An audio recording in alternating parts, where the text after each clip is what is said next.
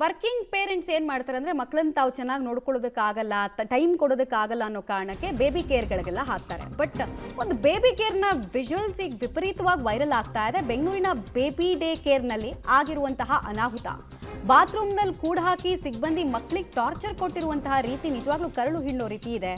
ನೋಡ್ತಾ ಇದ್ರೆ ರಕ್ತ ಕುದಿಯುತ್ತೆ. ಪಬ್ಲಿಕ್ ಟಿವಿ ವರದಿ ಬೆನ್ನಲ್ಲೇ ಡೇ ಕೇರನ್ನೇ ಬಂದ್ ಮಾಡಲಾಗಿದೆ. ಬಂದ್ ಮಾಡೋದಕ್ಕೆ ಅರ್ಹ ಆದಂತಹ ಪ್ರಕರಣ ಇದು.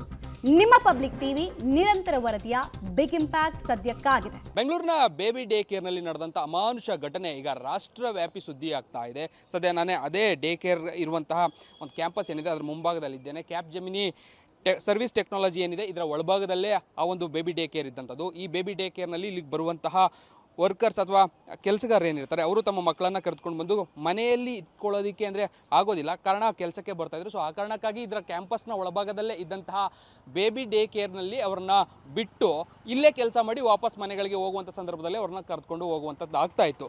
ಬಟ್ ಆದರೆ ಈಗ ನಿನ್ನೆ ಆಗಿರುವಂತಹ ಈ ಘಟನೆ ಏನಿದೆ, ಮಕ್ಕಳಿಗೆ ಒಳಭಾಗದಲ್ಲಿ ಬೇಬಿ ಡೇ ಕೇರ್ನ ಒಳಭಾಗದಲ್ಲಿ ಚಿತ್ರಹಿಂಸೆಯನ್ನು ಕೊಡ್ತಾ ಇರುವಂಥದ್ದು, ಹಠ ಮಾಡಿದ್ರು ಅನ್ನುವಂಥ ಕಾರಣಕ್ಕಾಗಿ ಅವರ ಮೇಲೆ ಅಮಾನವೀಯವಾಗಿ ಹಲ್ಲೆ ಮಾಡ್ತಾ ಇರುವಂಥದ್ದು ಬಹಳ ದೊಡ್ಡ ಪ್ರಮಾಣದಲ್ಲಿ ಸುದ್ದಿಯಾಗಿತ್ತು. ಜೊತೆಗೆ ಸಾಕಷ್ಟು ದೊಡ್ಡ ಮಟ್ಟದಲ್ಲೇ ಅದಕ್ಕೆ ವಿರೋಧ, ಆಕ್ರೋಶವೆಲ್ಲವೂ ಕೂಡ ವ್ಯಕ್ತ ಆಗಿತ್ತು.